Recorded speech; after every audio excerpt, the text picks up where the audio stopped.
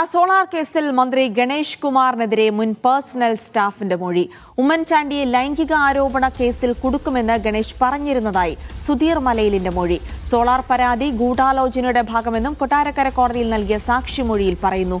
Solar പരാതിക്കാരിയുമായി ഗണേഷിന് അടുത്ത ബന്ധമെന്നും മന്ത്രിസ്ഥാനം തിരികെ നൽകാത്ത ഉമ്മൻചാണ്ടിയെ പാഠം പഠിപ്പിക്കാൻ ഗണേഷ് തീരുമാനിച്ചിരുന്നുവെന്നും മൊഴി.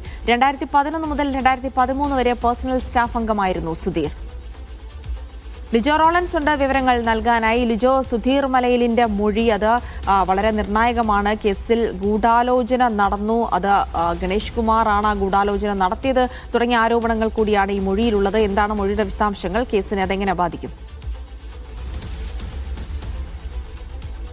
ജിൽസി, കഴിഞ്ഞ ദിവസം കൊട്ടാരക്കര കോടതിയിലാണ് ഈ സുധീർ മലയിൽ ഇത്തരത്തിൽ ഒരു മൊഴി നൽകിയിരിക്കുന്നത്. കൊട്ടാരക്കര കോടതിയിലുള്ള കേസ് ഇതാണ്. അതായത് ഈ സോളാർ പരാതിയുമായി ബന്ധപ്പെട്ടുകൊണ്ട് അധികമായി കൂട്ടിച്ചേർത്ത 4 പേജുകൾ ഗൂഢാലോചനയുടെ ഭാഗമാണ് എന്ന് കാണിച്ചുകൊണ്ട് അഭിഭാഷകനായിട്ടുള്ള സുധീർ ജേക്കബ് നൽകിയ ഒരു പരാതിയിലാണ് കോടതി സ്വയമേ കേസെടുത്തുകൊണ്ട് ഇത്തരത്തിലൊരു നടപടിയിലേക്ക് നടക്കുന്നത്. ഇപ്പോൾ നടക്കുന്നത് 244 സ്റ്റേറ്റ്മെന്റ് എടുക്കുന്ന കാര്യങ്ങളാണ്. അതിലാണ് ഗണേഷ് കുമാറിനെതിരെ 2011 മുതൽ 2013 വരെ ഗണേഷ് കുമാർ മന്ത്രിയായിരുന്ന സമയത്ത് പേഴ്സണൽ സ്റ്റാഫിൽ ഉണ്ടായിരുന്ന സുധീർ മലയിൽ എന്ന് പറയുന്നയാൾ മൊഴി നൽകിയിരിക്കുന്നത്. അതായത് ഉമ്മൻചാണ്ടിയെ ഇത്തരത്തിൽ ഈ കേസിൽ കുടുക്കിയത് ഈ ഗണേഷ് കുമാറിന്റെ ഭാഗമായിട്ടുള്ള ഒരു ഗൂഢാലോചനയുടെ ഭാഗമാണ്. കാര്യം ഉമ്മൻചാണ്ടി ഇത്തരത്തിൽ ലൈംഗിക ഒരു ആരോപണ കേസിൽ കുടുക്കുമെന്നുള്ള ഒരു കാര്യം ഗണേഷ് കുമാർ കൃത്യമായി പറഞ്ഞിരുന്നു എന്നുള്ള ഒരു മൊഴിയാണ് ഇപ്പോൾ കോടതിയിൽ നൽകിയിരിക്കുന്നത്. അത് വളരെ ഗൗരവകരം തന്നെയാണ്. കാര്യം ഈ ഒരു സ്റ്റേറ്റ്മെന്റുകളുടെയൊക്കെ അടിസ്ഥാനത്തിലായിരിക്കും ഇനി കോടതി അതിൽ എന്ത് ചാർജ് ചെയ്യണം, ഏതൊക്കെ വകുപ്പുകളാണ് ചാർജ് ചെയ്യേണ്ടെന്ന ഒരു കാര്യത്തിൽ എടുക്കുക. ഈ പരാതി നൽകിയിരിക്കുന്നതിൽ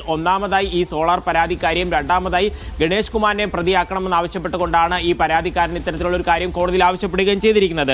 ഈ ഒരു സ്റ്റാഫ് തന്നെ, മുൻ പേഴ്സണൽ സ്റ്റാഫ് തന്നെ ഇത്തരത്തിലൊരു മൊഴി നൽകുമ്പോൾ, അതായത് അതിന് കൃത്യമായി കാരണം പറയുന്നതാണ്. ഇത്തരത്തിലൊരു ഉമ്മൻചാണ്ടിയോടുള്ള ഒരു വൈരാഗ്യം വരാനുള്ള ഒരു കാരണം എന്ന് പറയുന്നത്, നേരത്തെ ഒരു കുടുംബ പ്രശ്നങ്ങളെ തുടർന്ന് വലിയ വിഷയങ്ങൾ ഉണ്ടായ സമയത്താണ് ഉമ്മൻചാണ്ടി ഗണേഷ് കുമാറിനോട് ഈ മന്ത്രിസ്ഥാനം രാജിവെക്കണമെന്ന് ആവശ്യപ്പെടുകയും തുടർന്ന് രാജി വയ്ക്കുകയും ചെയ്തത്. അതിനു മുൻപ് ഈ ബാലകൃഷ്ണപിള്ള കത്ത് നൽകിയിട്ട് പോലും രാജി ആവശ്യപ്പെടാതിരുന്ന ഒരു സാഹചര്യത്തിൽ ഇത്തരത്തിൽ ഗുരുതരമായ ആരോപണങ്ങൾ വന്നപ്പോൾ രാജിവയ്ക്കുകയും, പക്ഷേ അതിനുശേഷം ആ വിഷയങ്ങൾ പിന്നെ അത് പരിഹരിക്കുകയൊക്കെ ചെയ്ത് പലതരത്തിൽ സെറ്റിൽ ചെയ്തിട്ട് പോലും തിരികെ മന്ത്രിസഭയിലേക്ക് കൊണ്ടുവരാത്തതായിരുന്നു ഗണേഷിനുണ്ടായിരുന്ന ഒരു വൈരാഗ്യം എന്നുള്ളൊരു കാര്യമാണ് ഇപ്പോൾ മൊഴിയിൽ പറഞ്ഞിരിക്കുന്നത്. മാത്രവുമല്ല, ഈ പരാതിക്കാരിയുമായി, സോളാർ പരാതിക്കാരിയുമായി ഗണേഷ് കുമാറിന് അടുത്ത ബന്ധമുണ്ടായിരുന്നു എന്നുള്ളൊരു മൊഴി നൽകിയിട്ടുണ്ട്. കാരണം പലപ്പോഴും ഓഫീസിലും ഔദ്യോഗിക വസതി മുതലായ കാര്യങ്ങളെല്ലാം സ്ഥിരം ഒരു സന്ദർശകയായിരുന്നുള്ള രീതിയിലൊക്കെ മൊഴി നൽകിയിട്ടുണ്ട്. കോടതി എന്തായാലും ഈ മൊഴികളെല്ലാം കൃത്യമായി പരിശോധിച്ചതിന് ശേഷമായിരിക്കും ഏതൊക്കെ വകുപ്പുകളാണ് ഇനി ചുമത്തേണ്ടതെന്നുള്ളൊരു കാര്യത്തിൽ ഒരു തീരുമാനമെടുക്കുക.